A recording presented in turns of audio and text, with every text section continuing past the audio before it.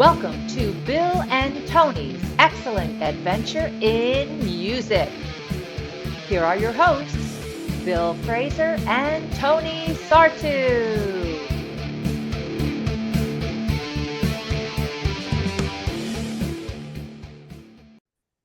Welcome to Bill and Tony's Excellent Adventure in Music. I'm Bill, And I'm Tony. and we usually explore our love for music. But today, we're talking movies, but movies about music. Yeah, so we're here to talk about A Complete Unknown, the new Bob Dylan biopic. So at least we're staying music adjacent. Exactly. All right, so the film premiered on December 10th of 2024, and it was released nationwide on Christmas Day. It was directed by James Mangold and with the screenplay written by James Mangold and Jay Cox. And it was based on a book by Elijah Wald called Dylan Goes Electric. It stars Timothy Chalamet as Bob Dylan, Edward Norton as Pete Seeger, Elle Fanning as Sylvie Russo, and we'll talk about who Sylvie Russo was a little bit later. Monica Barbaro as Joan Baez, Boyd Holbrook as Johnny Cash, Scoot McNairy as Woody Guthrie, and those would be the principal cast members. So, Bill, let's get started. Before we talk about the movie, what's your history and knowledge of Dylan and his music? So, Tony, for me, I look at Dylan and I didn't have a tremendous knowledge of his catalog until more recently. Like I obviously know the big songs, but I think how I looked at him shifted enormously just in seeing this movie. So the whole concept that Dylan going electric was a big thing, like it didn't even resonate to me until I like did a little bit of research on this movie and started thinking about it a little bit and then actually seeing the movie because I don't really differentiate it all that tremendously, but after seeing the movie, I really do. So like going into it, I didn't think of Dylan like blowing in the wind versus like a Rolling Stone as like two vastly different things.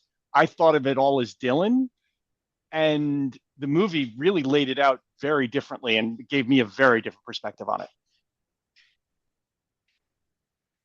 I similarly, or maybe even more so, I had practically no background in Dylan. My folks didn't listen to Dylan when I was a kid, and that's the first line of of where you get exposed to music. And we grew up, or at least we went to high school and after together, and not, we listened to a ton of music. I don't remember ever having Dylan on. So Wilburys, that's it. yeah, right. And I did have a copy of Blood on the Tracks, so I was familiar with those songs. I got that from Columbia House. Um, so I had that, so I was familiar with some of those songs, but no, almost no exposure to Dylan until we saw him a couple years ago, right? Yep. No, And agreed. I mean, and when I started like really digging into listening to a more eclectic mix of music, that's when I started listening to his stuff. And I'm like, wow, I didn't really think I liked him. And I'm like, I really do. what was interesting about that show that we went to was I don't know if he played, I don't know his catalog, so I mean, I'm talking out of my He tail played here. all new stuff, all new stuff. There might have been stuff from the 1997 It was album. it was all like late 90s and on. Yeah, There was nothing yeah, nothing earlier than that. right. Actually, I think it was mostly 2000 and on. I really don't Mhm. think there was anything even much late 90s when I remember looking at the set list. Sure. So yeah, so even though we saw him, none of what we saw was depicted in this movie anyway. So as far as the movie goes, what's your exposure, your history with the principal cast and the director? So I've seen Chalamet in a lot of different things. I think he's a great actor. Elle Fanning always impresses me. Edward Norton, I don't, I don't think I could see him in enough things. He's great. Um, Monica Barbaro, I know from Top Gun and whatnot, but I don't really. I think I saw her in something else recently, but I don't remember what.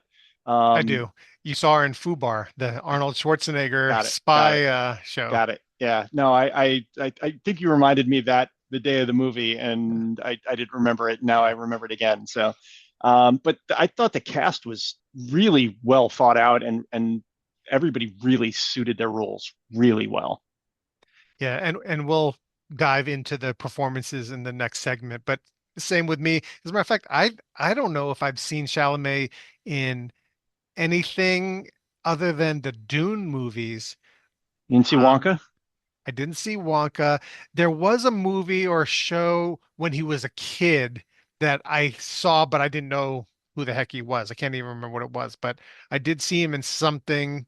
But he wasn't someone that I was clocking at the time.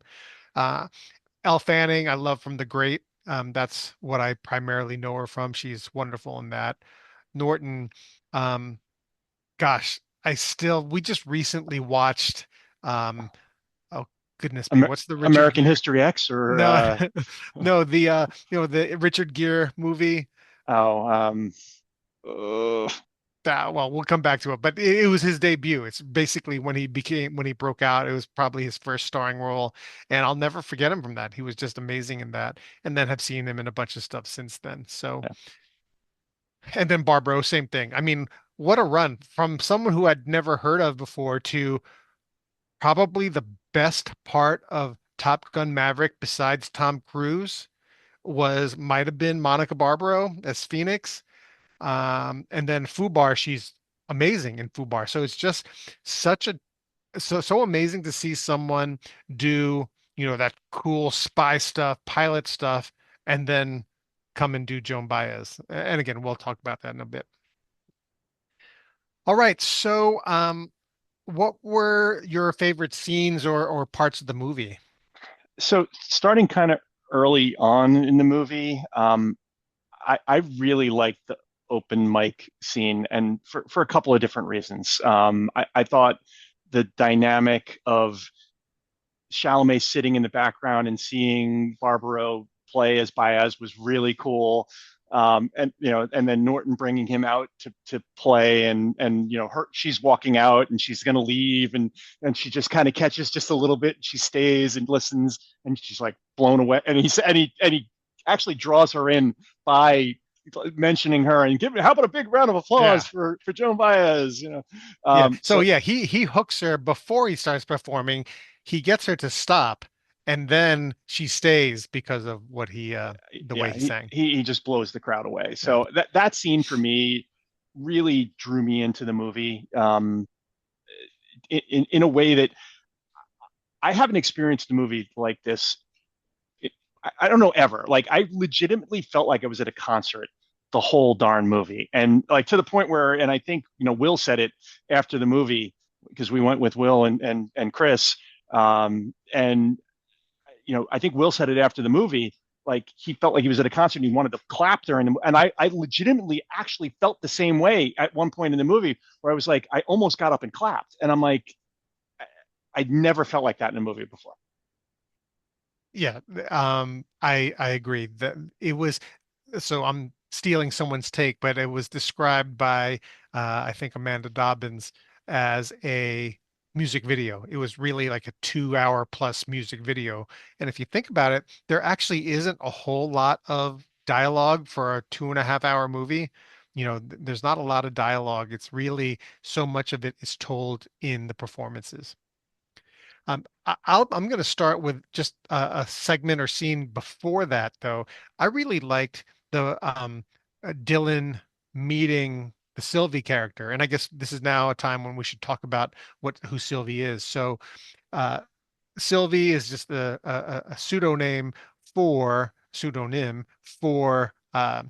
Batolo, Rotolo. Rotolo, who is the actual girlfriend of Bob Dylan in real life. And do you know why he insisted that Yeah, they use a different Dylan. name? Yeah, Dylan talked to Mangold, and he was supportive of the movie, but he specifically said, "Look, everybody else in the movie is famous. She was not, and I don't think it's fair to use her name. Like everybody else is a public figure. She was not. She's had passed away years ago, but he didn't really want her name used in the movie, and I understand it. I And do. I mean, not for selfish reasons, but because she actively didn't want to be a public figure and tried not to be a public figure. So with her gone, he wanted to honor that desire of hers not to be a public figure. yeah, I mean, which is interesting. I mean, it's interesting to not want to be a public figure, but be on the cover of one of Bob Dylan's albums, so It was his that's second album, though. It's not like she was asking for it. He wasn't Bob Dylan then, right? He was still just the guy whose debut album didn't sell anything, and he was just her boyfriend, and she was excited for him. So, cut her some slack. All right. So, yeah. So what I liked about those scenes was just seeing, before him really becoming who he would become, just seeing him as just a young guy meeting a pretty girl and just, having a regular life, instead of the life of a global icon. So I thought that was pretty cool. All right, so then we move along, and now, Dylan and Sylvie are together and they're living together. And the next scene that I really liked was, or just a little section was Sylvie is getting ready to leave for like some sort of study abroad for 3 months. And it was funny because she's telling him, garbage day is Tuesday. Make sure you get the trash out. And the second she was saying that, I just turned to Will. I said, that trash ain't going out. And then she comes home 3 months later and he's like struggling, just trying to get all the trash the picked up. And he, day of doing the yeah. cleanup. Yeah. So I thought that was pretty funny.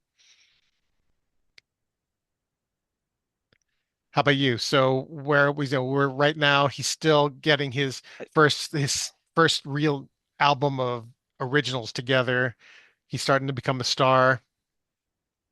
So I think the next thing for me that jumps out is later in the movie. So if you've got something sooner, I mean, I think for me the next big thing that jumps out is some of the interplay between Baez and Dylan. There's a couple of scenes where you establish this connection between the two of them, and they had a tumultuous relationship. To the point where she didn't like him a lot, and kind of became apparent in the movie that was the way Yeah. it went. But there were some really cool scenes of just them noodling songs together and doing things. When Sylvie went away and he had Baez over to the apartment and they were like doing songs together. I thought that was like, wow, oh my God, like, can you Mhm. imagine this actually happening? The chemistry was off the charts. Yeah. It was really incredible to see just the way they um, embodied what must have been incredible electricity between the real Bob and Joan, and how Chalamet and Barbaro really captured that. I neglected to mention, House of the Rising Sun, that Barbaro, that's our first real introduction into her as a performer. And that was at that open mic. That's what she was singing at that open mic early on. And being familiar with her, was blown away by that performance. I couldn't believe that, the woman from Top Gun and Fubar was doing that House of the Rising Sun. It was great. Well, I mean, similarly, the first time that Chalamet picks up the guitar, in the room when he meets Woody Guthrie and starts playing and singing, I'm like, how did Timothy Chalamet turn himself into Bob Dylan for this movie? Like he did. Like he was absolutely amazing. Every single performance was amazing. And I I can't give him enough credit. I mean, he clearly put the work in and clearly became versed in doing it and it was a concert. Well, what's interesting is the idea that this movie was supposed to start shooting in early 2020, and between COVID and then later the writer's strike, it gave all the performers an opportunity to really fine tune or learn or hone uh, their instruments and their singing. So it's a really curious, sliding doors question to ask if those things didn't happen, we certainly don't get the movie that we got. There's just no No, way. I would agree. I would agree because what you got a master class in both acting and in performing. Absolutely.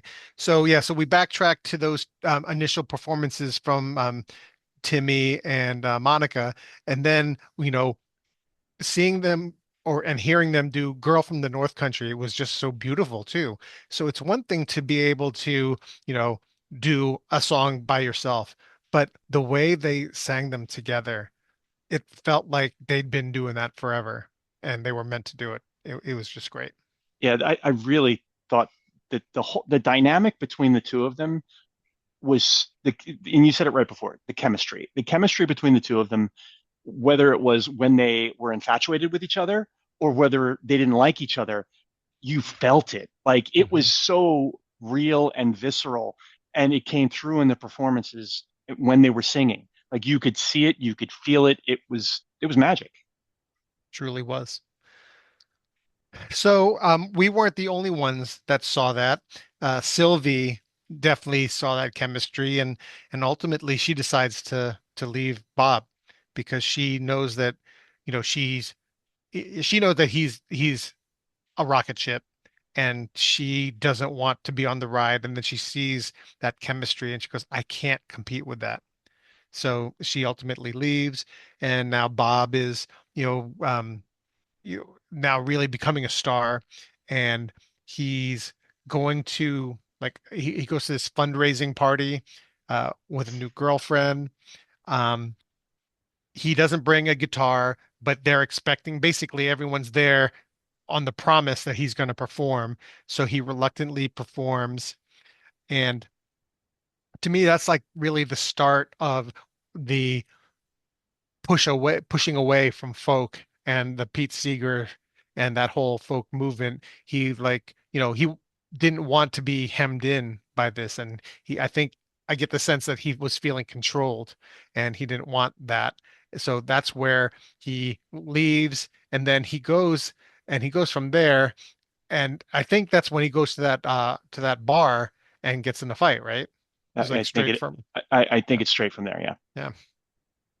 So I just wanted to mention that because for our Hoboken friends, the bar where that scene was shot, where he got into a fight, was my hometown bar, and a number of our friends' hometown bar in Hoboken, New Jersey, and it was just so wild to see where that band was playing.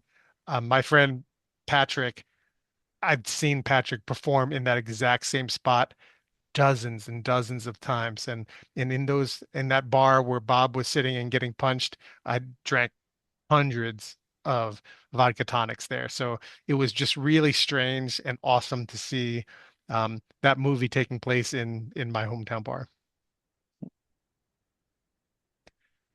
All right, so what's next? Is there anything that you wanted to talk about leading So up to the studio sessions? so not really. I mean, I think I'd probably, the next thing I want to get into is kind of his kind of move away from wanting to play some of those songs. But if we want to talk about the studio songs, I think that is maybe a good lead into some of the. Yeah, well then real quick, I love the like Rolling Stone session that we see there. And look, I don't know if that's how exactly how it happened. I have a feeling that it was very close to it, but it was just awesome to see how I think the guy's name is maybe Al Cooper or Cooper, I think was his last name, and he's trying to get in on the session, but he's a guitarist. They don't need a guitarist. They said, "Well, you don't play organ, and that's what we need." And he hops in there, and Bob doesn't know who this guy is, and he's not expecting him. And then all of a sudden, he comes in with that organ part at the beginning of like a Rolling Stone, and Chalamet looks back like, what's that? And he goes with it, and that's such a iconic part of that song. Yeah, it was very cool, It and was really good. that and the playing Highway 61 revisited. After the little him walking around the street, he picks up the little whistle, and he's like, you're like, I've heard that before when he plays Yeah. it in the street. I'm like, I've Uh-huh. heard that before. I know where it's going to Yep. go. And then he uses it in the studio and in Highway 61 Revisited, which was really cool. All right. So, what do you want to hit next? My next thing is when he starts drifting away from wanting to play the songs that people want him to play. He like, to your point, he felt like he was being painted a certain way and he didn't want to be. He as an artist, it really seems like Dylan as an artist continually wants to do what he currently wants to do. And I think that, that's one of the biggest takeaways I had in seeing him when we saw him at the Met is he wanted to play his current stuff. And I think that's always what he wanted to do. He always wanted to play his current stuff or his next stuff versus the stuff that he did in the past. Enjoy the stuff I did in the past, but I'm not going to play that right now. You can go Mhm. listen to it. I'm not going to play that right now. I want to play the stuff I want to play for you. You came here to see my concert, hear me, enjoy the new things I'm going to do. And when he was doing the concert with Baez, him and Barbaro, on stage, um, she's trying to play along with the crowd. The crowd wants him to play "Blowing in the Wind," and he's like, "Not going to do it, people. Oh, my guitar is broken. I can't play it." And the dynamic between them, you could feel that the tension between the two of them. That Mhm. she's like, "Come on, Bob, you're going to play it now," and he walks off stage like like a petulant child, and and she's like, "All right, if Bob's not going to play it for you, I'm going to play it for you." And for me, that was one of the coolest scenes in the movie because you could see like he just didn't. He wanted to move on. He wanted to move to the next thing, and that really was starting to see the progression for me. So that'll be we'll circle back to that. We'll just bridge it with, um, so we're now at Newport 64, and Dylan and Sylvie have been, not together for some time, but he's missing her, and he's getting ready to go up to Newport Folk Festival in 1964. Stops by her place unannounced, and says, "Hey, come on, let's go to Newport." And she says, "Okay."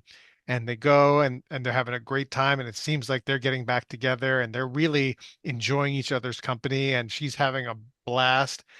And then she sees um, Dylan and Baez do "It Ain't Me, Babe," and I think it's my favorite scene in the movie because first of all, the performance is incredible, and that again, that chemistry and just watching them, the way they are so locked into each other as they're singing it, and it's cool because the camera is staying on Sylvie, and it starts out where she's just so happy because she's seeing incredible performances, just like we are, you know, but then she's seeing that chemistry between them, and then the lyrics. The lyrics are so perfect in that scene because they work both ways. It works for Bob and Joan. It works for them saying, yeah, what we have here, this is something, but it's never going to be the thing. It ain't me, babe. It works there, but then really the way it works as a song from Bob to Sylvie and her realizing that and just seeing that wash over her face as that song is being performed, it gives me goosebumps just thinking It, about how cool yeah, that was. when Chris and I were driving home after seeing the movie, one of the things that she said to me in the car, and I think you and I talked about it as well, is you could feel everything that Elle Fanning was feeling as a character watching her face in that performance without her saying a word. It was she conveyed so much emotion. You could see the whole arc of it. It was an amazingly acted scene with not a single word said. Absolutely. Um, all right, so we're getting to the end. So Sylvie leaves in mid-performance when she comes to that realization, she leaves. Bob tries to chase her down, but she says, "No, I'm out," and then she's off. And then the rest of the movie is leading up to Newport 65, and it's really Dylan pushing away everybody from his folk world and Pete Seeger, but he still, agrees to do Newport 65, and and they're all stressed out. Is he going to go electric? Because they're really hardcore folk. Like you got to play the old stuff, the old ways with the old instruments, and nothing new. So, what do you Well, got here? and the thing that I again still find so interesting is the fact that these songs that are so like thought of as these just amazingly like a Rolling Stone is thought of as one of the best songs of all time, and he got booed for playing the damn song. Like it, like legitimately, it's one of the most amazingly written, beautiful songs that's ever been written. And the fact that just because he was playing electric, it wasn't received well. It's just amazing. And there was a little bit about how much historical accuracy for some of that stuff. He definitely got booed, but during his set there, he was not supported by the old guard, so to speak. I think Pete Seeger regrets not supporting him. I read a little bit that he kind of regretted later in life not supporting Dylan in his electric set there. Um, and I don't know how true it was about him trying to pull the plug on the electric part of it. But for the effect of it, it was powerful. And speaking of conveying without words, Pete Seeger's wife, the character of Pete Seeger's wife, and the death rays that she gave him to make That him was stop, that that was was that pretty was good brilliant. too. That was Yeah. brilliant. Yeah, I agree. Um, all right, so I think we're pretty much at the end, right? Then you know, he he finishes the set, and then I think we're left with the epilogue where he's just basically saying goodbye to Woody, which is sort of, a metaphor for saying goodbye to folk. Yeah, agreed. And I think that the whole journey of, seeing him in the concert with Baez and refusing to play the song, going to Newport at 64, the whole scene with Sylvie and then him going and chasing Sylvie and Sylvie leaving, him moving away from all of those things. Like they really showed the arc of him kind of moving in the new direction so well through everything that played out in that. I thought it was really brilliantly done. Really good. We didn't mention it, but the Johnny Cash parts were really were They were funny. It was fun. great comic relief. Um, it, it starts with them having a pen pal relationship, and their letters are thoughtful and interesting. And then their face-to-face encounter when Johnny Cash is trying to get his car out of the parking lot was just absolutely brilliant comic relief. Yeah, it was a lot of fun. So, all right. So, I think that takes us to the end. I have one thing you might not know Oh, that we didn't get to that I would be remiss if I didn't at least mention it. So after the movie, I've been reading the Alex Van Halen book lately, and I'm enjoying it. But there's a couple of tie-ins to a few things in this movie that I'm like I had never connected the dots on. So he talks about David Lee Roth's uncle Manny in his book, and Uncle Manny was a bar owner in Hoboken and New York and whatnot, and he actually was the bar owner that gave Dylan his break. And I saw an interview with Martha Quinn that basically she talked about that this amalgam of what was played in the movie actually, Dylan's break was Manny Roth, David Lee Roth's uncle, are you and that was him. serious? That was him. That was the bar that he first played at. Yes. That's wild. So something you might not know. I didn't know it. I thought it was really cool. That's really cool. Did you say you had a second one? No, it was Oh, the whole David Lee Roth family of it. hmm. Yes. Okay. So then, final thoughts and comments. So the movie for me was probably the one of the best biopics that I've seen. I really enjoyed the Queen movie. I thought it was phenomenal. I thought Rami Malek was great. To me, you put them side by side. I would pick a complete unknown. I'd watch a complete unknown again tomorrow in a heartbeat. And I've seen it, a week ago. The music was phenomenal. It was incredibly well acted. I thought the story arc was great. It was engaging every second of the movie. I got into that movie theater. I wasn't sure what I was going to get, and it drew me in from the beginning, and it had me the whole time. It gripped me the whole time, and it took me on a ride. And that's what I want in a movie, and that's what I want in a concert, and that's what I want in a performance, and that's what I got in that movie. I agree with you. And because both of us are not Dylan scholars, I think that that was to our advantage because he's had so many documentaries made about him. I mean, I think Scorsese has done two on him. Yep. I Yep. mean, Marty's done two documentaries on the guy, and that's not even the end of it. So there's so much scholarship on there on him over 60 years of performance. So and he's so important to a lot of people. So those people are coming in here and they're wanting to learn something that they don't know already, but they know so much, right? But I don't think that's who the movie was for. I I agree. think that this movie is so so good because it's reaching to a whole new generations of people, and we're not that generation. We just happen to be newbies to Dylan. But people kids in their teens, 20s, 30s who don't care about Dylan, but they care about Timothy Chalamet are going to see this movie, and this is like their introduction. This is their entry point.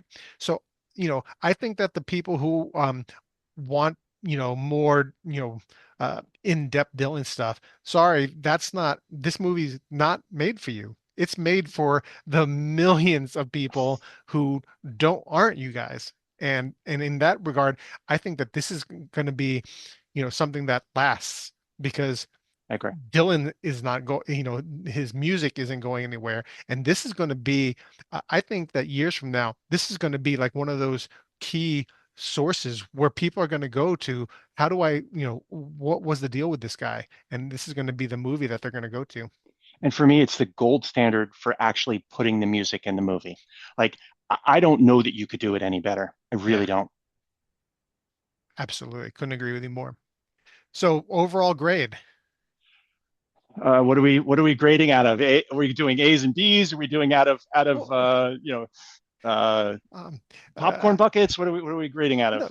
how about uh, bodega siren whistles? Um, for me, it gets five bodega siren whistles. So, Yeah, yeah, yeah. I'm with you. This was a five bodega siren whistle movie for me too. I can't wait to uh, for this to be available at home because this is just gonna be one of those things where you just feel like it. You pop it on and you find the scenes that you want or the songs that you want to hear or you just want to have it run in the background. And this is definitely something that is going to be with me for Well, some time. I agree with you. The other thing, and this is I'm gonna make fun of myself a little bit. Um, I didn't know why they named the movie A Complete Unknown, and then as they're playing like a Rolling Stone, I'm like, I'm an idiot. Are, are you serious? I'm serious. I wasn't thinking about. I really wasn't thinking about it. I'm like, yeah. So All right. Well, there you go. Nice job. yeah. Um, all right. So do you want to tell the people how they can contact us if they want to? All right, everybody. We'd love to hear from you. You can reach us via email at bill@bntexcellent.com or tony@bntexcellent.com. Or you know what? Email both of us. We'd love to hear from you. You can reach us on Instagram at Bill and Tony Pod. You could reach us on Twitter at Bill and Tony Pod. And you could reach us on Facebook at B&T Excellent. Yeah, we'll work on maybe getting those things aligned. So, Yeah, but for we're trying. now, We're going to try to be Bill and Tony Pod wherever we can be. So, yeah. yeah. All right. So I guess that's our episode. Thank you for listening to B&T Excellent Adventure. And our next episode is going to be back to music and back to albums. What are we doing, Bill? We are going to stick with the Dylan theme, and we're going to do Highway 61 Revisited, which is one of my favorite albums of all time. An absolutely phenomenal album. It was one of the first albums I listened to on the Rolling Stone Top 500, and it floored me. And I can't wait to talk about that album with you, Tom. All right. Well, maybe we'll have a bodega siren whistle for you next week. I can't wait. Can't wait. All All right. right, Thanks, everyone. everybody. So long.